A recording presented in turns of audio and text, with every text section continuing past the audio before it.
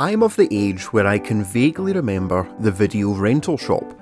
By the time I was gaining sentience, let's say around 2006, these stores were slowly going out of business to be replaced with digital storefronts. I remember being able to directly purchase second-hand videotapes from places like Blockbuster, as the rental model simply wasn't working anymore. So, while tapes and DVDs of television and movies transitioned over to streaming platforms, video games took slightly longer to make the jump to a predominantly digital marketplace. Today, 75% of game sales the world over are digital. However, there is still a small but dedicated group of gamers who outright refuse to let physical media in gaming die. And I am not one of them. Or at least, I wasn't. I sort of am now. Let me explain. As an avid Nintendo fan for most of my life, I have a healthy collection of Wii U games. The Wii U, for those who are uninitiated, was Nintendo's follow-up to the hugely popular Wii. I understand that some people don't know that, as the Wii U was a catastrophic commercial failure. So terrible, in fact, that most of your beloved Switch games, they were actually Wii U games. Anyway, I'm getting off topic. The point is, upon the release of the Switch in 2017, I decided to go all digital, in inverted commas, with my gaming library. As something of a collector at the time, this may have seemed like a strange decision to make. Didn't I want to fill even more of my living space with oversized plastic boxes and colourful paper? Well, for me, the reason I chose to go digital was quite simple. I'm lazy.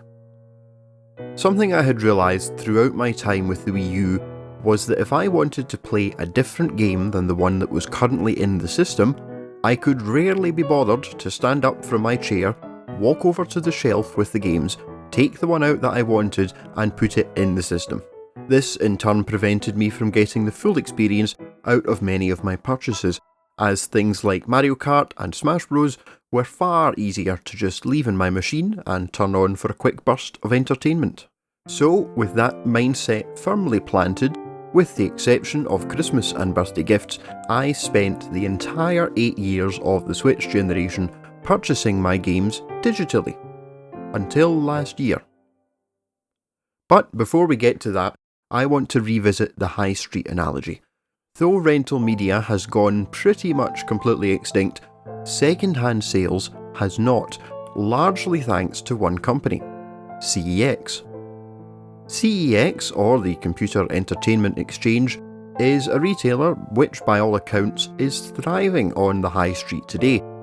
I often visit my local CEX and browse their stock of second-hand, modern and retro games and technology, and the mirage of fingerprints all over their selection of phones and tablets.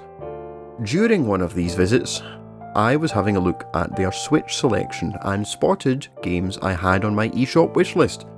For talking's sake, let's say one of those listed games was Metroid Prime 4 Beyond Nintendo Switch 2 Edition. Because I did in fact see Metroid Prime 4 Beyond Nintendo Switch 2 Edition on that particular visit. I took notice of the fact that the price listed on that there copy of Metroid was 45 Great British Pounds. Now, that in comparison to the £58.99 mark sitting on my eShop wishlist is a good deal. But what if I don't like the game? I thought. I had bought Prime Remastered a few years back and didn't really get hooked in the way I'd hoped. And now it's just lying there on my system with only a couple of hours playtime. The game isn't worth trying if I didn't like the original, right? Well, if I bought the game physically from CEX and I don't end up liking it, I can just bring it back, can't I? And trade it in for a different game. Awesome. Then I don't lose too much money. And hey, even if I do like it and end up playing it to completion, once I'm done, I can still bring it back to the store and trade it in for a different game. My jaw hit the floor. What had I been doing for these last 8 years? I had bought so many games on my Switch that I'd either not enjoyed or just never got round to playing, and now they just sit on my system or uninstalled on my account. I can't do anything with them. I can't resell them, I can't get my money back in any way, and in the case of any first-party Nintendo games, I had paid nearly full price for them, leaning very heavily on the game token benefits of the online service to at least get some sort of discount, or the scarce 33% off sales that they sometimes do. I couldn't believe how stupid I had been to not have been utilising this incredibly valuable retail service just a 15-minute drive from my front door. So I picked up that copy of Metroid Prime 4 and signed up for a CEX account, promising myself that one of these days I would return this copy of the game to the store, either having had a blast playing it or having tried it and not found what I was looking for. That day has yet to arrive. I am currently about 10 hours into Prime 4, and I'm really enjoying my time with it.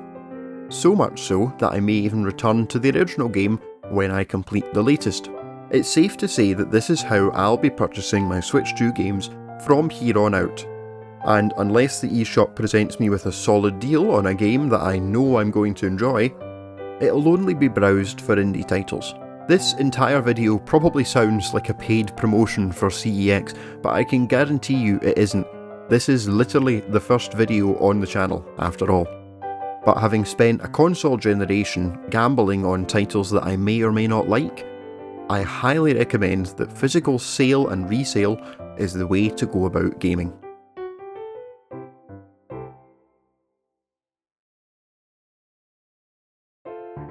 Hey, thanks for watching until the end. If you liked the video, be sure to leave a like and subscribe to help support the channel. And let me know how you buy your games. I'm always interested to hear what other people think. Also, let me know what you want to hear me talk about on here. This is a brand new channel after all, and I'm always open to suggestions. Thanks again for watching. Bye for now.